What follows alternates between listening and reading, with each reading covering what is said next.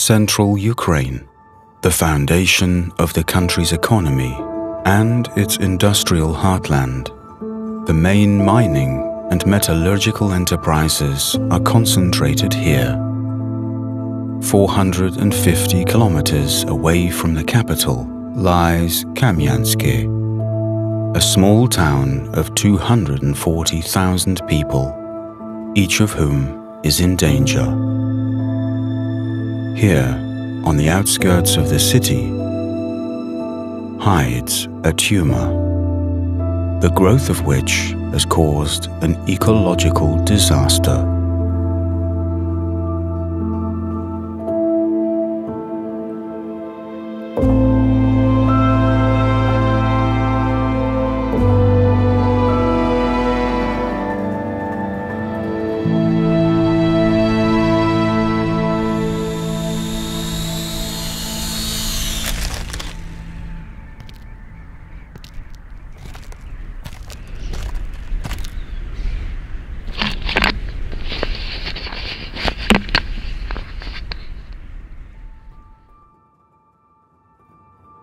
Prydniprovsky chemical plant was one of the first uranium ore processing facilities in the former Soviet Union.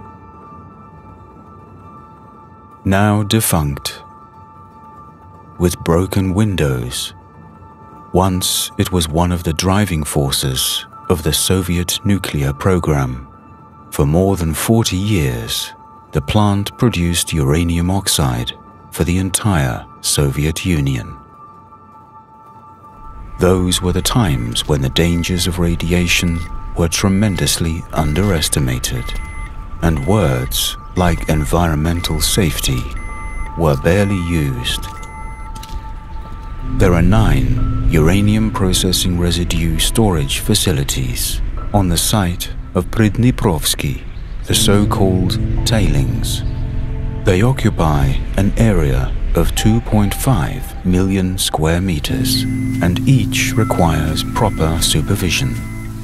For almost half a century of operation, these tailings have accumulated 36 million tons of radioactive residues that can be dangerous for hundreds of years.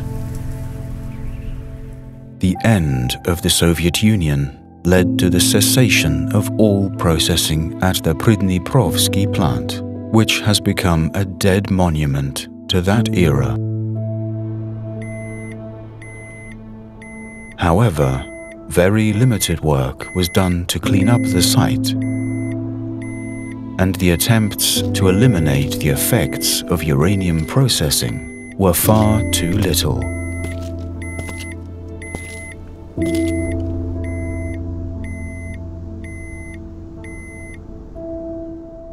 Ukraine has inherited terrible ruins, abandoned premises, and a pile of radioactive waste.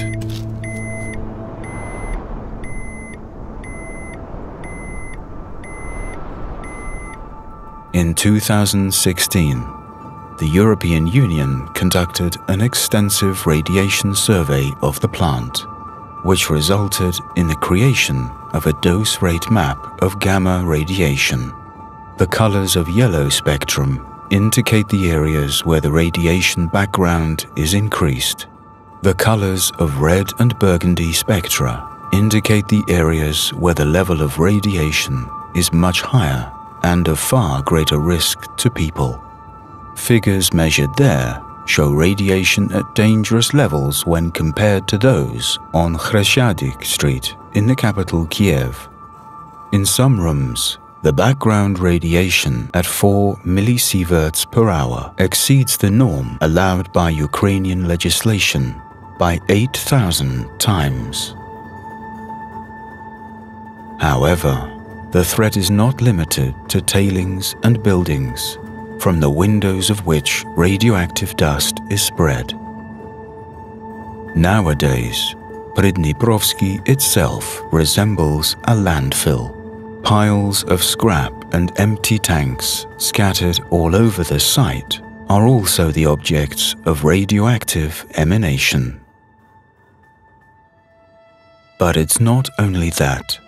The shocking truth is that dozens of private businesses are currently operating on the site. Every day, more than 600 people are in radiation-contaminated areas, endangering themselves and everyone they come in contact with.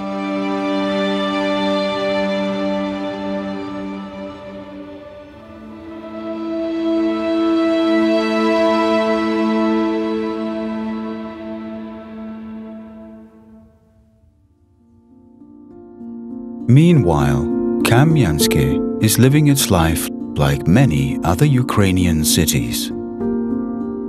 People go to work, rest, make plans for the future.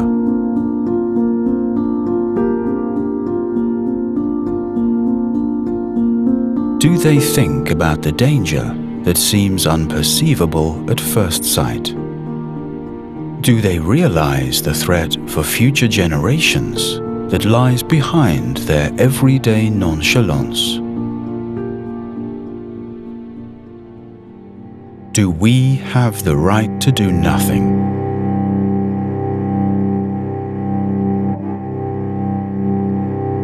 When the price for our lightheartedness is our future? And will they forgive our inaction?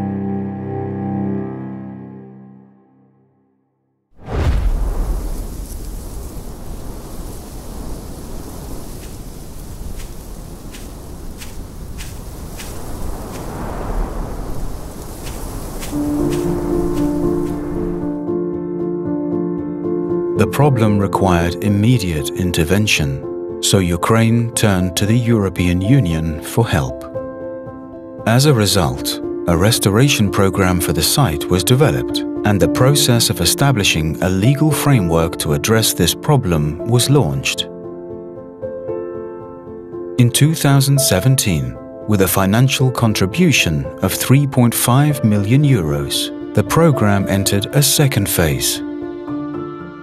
The aim was to provide isolation of the most contaminated premises, build protective fences for radioactively contaminated territories and buildings, and to carry out the general cleaning of the site.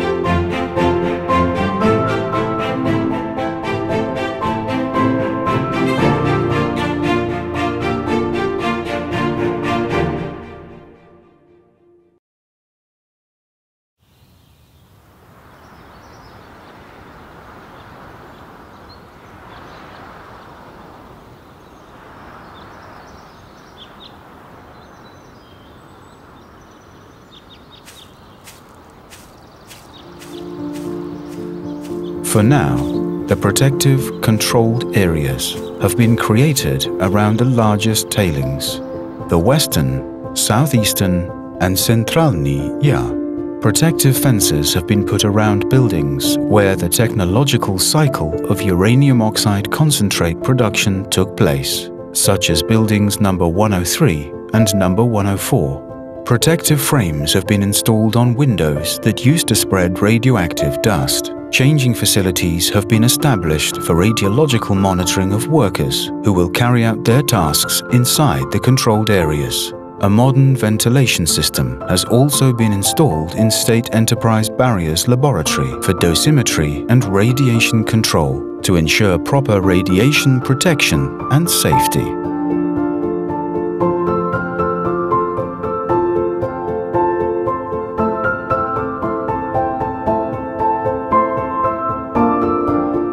Although a wide range of tasks have already been completed, it is a mere droplet in the global process of transforming the territory of Prydniprovsky into a truly safe and secure place.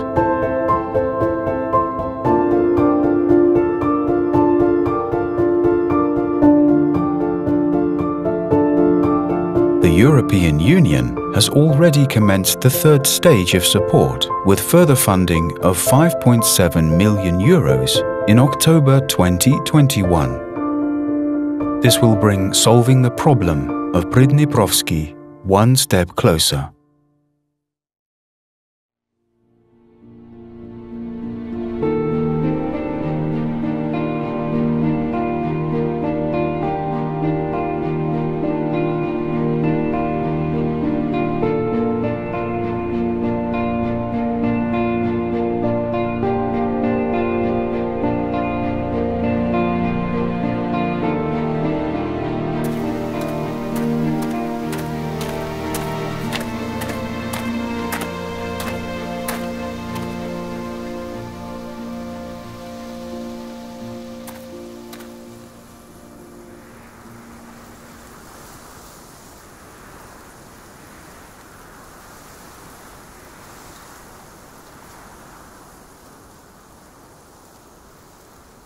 The European Union's long-term contribution to the restoration of the Prydniprovsky is not just a social initiative. This is a strategic vision of the future, which sees a long-term remediation. In cooperation with the European Union and others, Ukraine could turn these lands into environmentally clean areas, create new jobs, and ensure favorable conditions for businesses that will lead to prosperity for the region.